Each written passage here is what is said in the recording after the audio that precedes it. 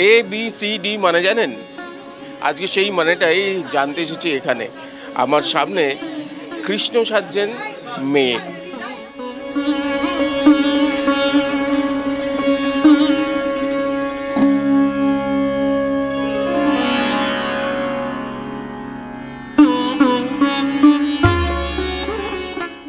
নাচের কি কোনো বয়স হয়? না, বোধহয় হয় না। 60 বছর বয়সে নাচের স্কুলে অ্যাডমিশন, বলছেন বালাই 60। নৃত্যশিল্পী শ্রীতমা বারিক গতানুগতিক ভাবনা চিন্তা বদলে দিতেই গড়েছেন মালহার।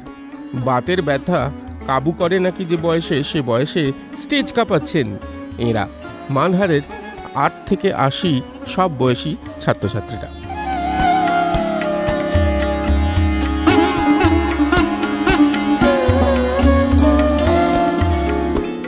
নাচতে ভালো লাগে, প্যাশন ছিল কিন্তু সুযোগ হয়নি, তাই এখন যখন সুযোগ আছে তো শিখছি। আর আমারও তাই। আমি অনেক ছোটোবেলায় শিখতাম CLT-তে, 7 অবধি শিখে তারপর পড়াশোনার জন্য আর কন্টিনিউ করতে পারিনি। তারপরে আস্তে আস্তে শুরু করলাম, এখন ফ্রি হয়ে গেছি। 3 বছর এসেছি, কিন্তু ওই সব মিলিয়ে দেখা যাবে 2 বছর শিখছি আর কি। আর আমরা তো চলে যাই এদিক ওদিক, কিন্তু আমারও তাই ছোটোবেলা থেকে ভীষণ ইচ্ছে ছিল। তো সেই ভালোবাসাটা এখন এসে, ও আমার বোনের বন্ধু বলল যাবে ওর কাছে শিখতে, এই পুজোতে এদিক ওদিক সবাই বলে গান নাচ করতে, তখন আমি বললাম চল, কিন্তু লজ্জা করছে, আমরা এত বড় হয়ে গেছি, ও কি শেখাবে? ও বললো না কিছু নয়।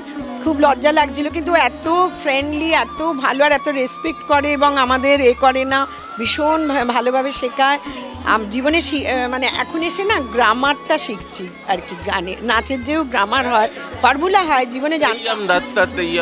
হ্যাঁ, আগে যে যা বলতো করে দিতাম, একটু শিখিয়ে দিল করে দিলাম, তো ওর কাছ থেকে সেগুলো শিখছি। এবং একটুখানি মুদ্রা করে দেখেন না, তেইয়াম দাত।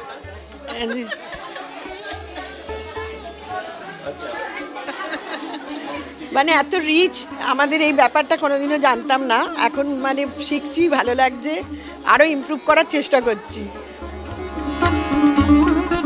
আরও একটা বিষয়, ছেলেদের রোলে মঞ্চে নামেন মেয়েরাই। গতবার ছিল গুপি বাঘা, এবার সুকুমার, সঙ্গে কৃষ্ণ কথা, কৃষ্ণ থেকে কংস, সবাই মেয়ে। আমি হ্যাঁ, ডেফিনেটলি আমার কাছে কিছু প্রান্তিক ছেলেমেয়েরা শেখে, বাট আমি সেটাকে ভাবে কোনো, আমি I don't differentiate with anyone. ওরা আমার ওরা আমার ছাত্রী, এবং সত্যি কথা বলতে আজকে ওরা ছিল বলে মালহার কিন্তু তৈরি হয়েছে, কারণ ওদেরই 4-5 জনকে নিয়ে আমি মালহার শুরু করেছিলাম। আজকে মালহার একটা বড় ফ্যামিলি, আমরা প্রায় 50-60 জনের ফ্যামিলি, যেখানে 4 বছরের বাচ্চা থেকে 60 বছরের মহিলারাও নাচ শিখছে। মানে এটা একটা বিশাল আমাদের কাছে অ্যাচিভমেন্টই মনে হয়। আর হ্যাঁ, মালহার ইজ অলওয়েজ ইউনিক একটা ব্যাপার থাকে, যেমন আমরা গুপি গাইন, বাঘা বাইন, হীরক রাজার দেশে করেছি, এবং সব ক্যারেক্টার মেয়েরা করেছে। আগের বছর আমরা নবদুর্গা করেছি, কিন্তু এবছর কৃষ্ণ, দ্রাপরী কৃষ্ণ, এবং সব মেয়েরাই করবে। হ্যাঁ, প্রত্যেকটা কৃষ্ণ আমার মেয়ে। অল ক্যারেক্টার যারা করছে, শুধু দুঃশাসন ছাড়া সবাই মেয়ে। মানে ঠিক মেয়েরা, দুঃশাসনের ক্যারেক্টারটা তো দুঃশাসন।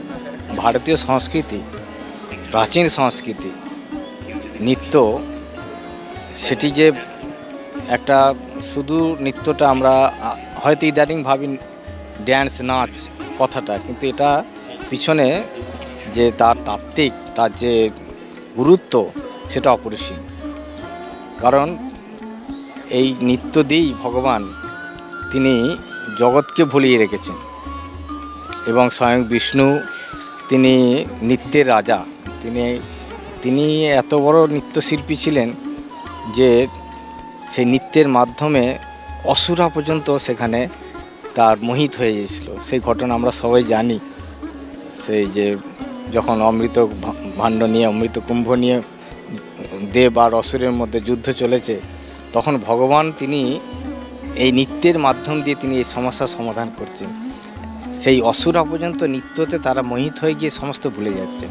তাই নৃত্য একদিক থেকে ভগবানের, মানে ভগবানকে কাছে নিয়ে যেতে পারে, এবং সঙ্গে সঙ্গে এই নৃত্যের মাধ্যম দিয়ে আমাদের মনও অনেক উচ্চে চলে যেতে পারে, মন শুদ্ধ হতে পারে। আর যেমন আধ্যাত্মিকভাবে আমরা উন্নতি লাভ করি, শারীরিকভাবেও কিন্তু এই নৃত্যের মাধ্যম দিয়ে আমাদের শরীর ফিট হয়ে যায়।